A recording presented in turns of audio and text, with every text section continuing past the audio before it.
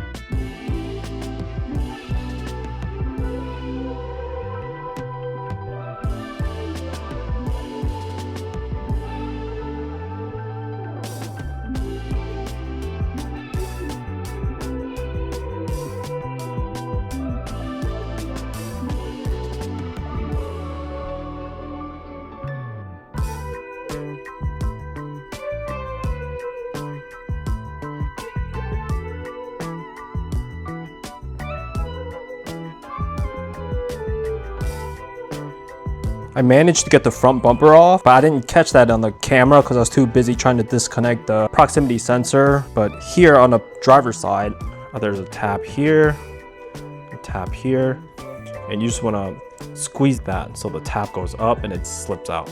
And then this bracket is what's holding the other side of the connector.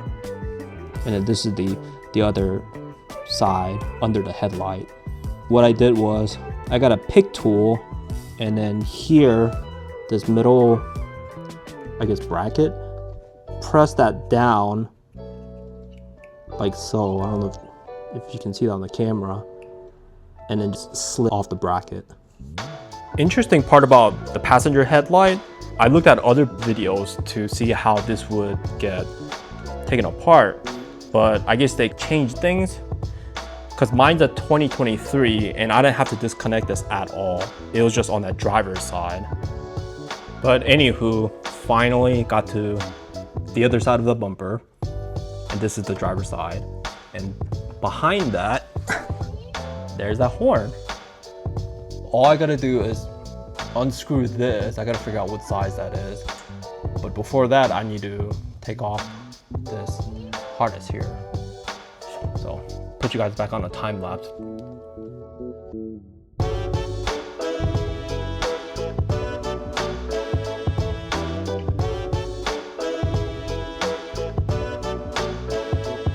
Here it is, off the Supra.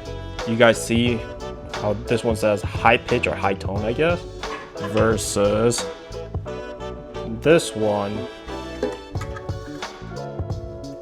where it says bass. But yeah, here's before and here's after. Hopefully this will have a more deeper, beefier sound than this clown horn. Fingers crossed.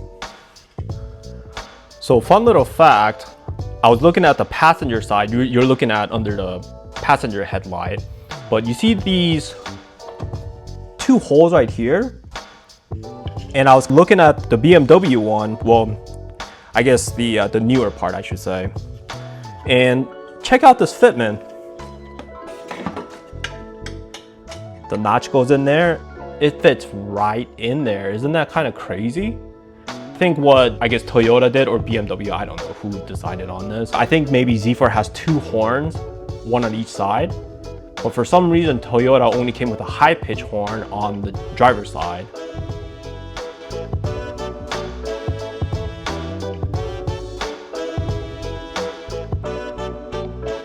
There we go, right there, brand new horn. Everything fit perfectly. Well, I wouldn't say perfect, cause I don't know if you can see that on the camera. The horn is facing up towards the headlight. I don't think that's gonna be an issue, but if you're anal about it, that might be a little bit of an issue using the deeper horn versus the one that came. But yeah, everything's all ready to button up again. I'm gonna put you guys back on time lapse and put the bumper back on.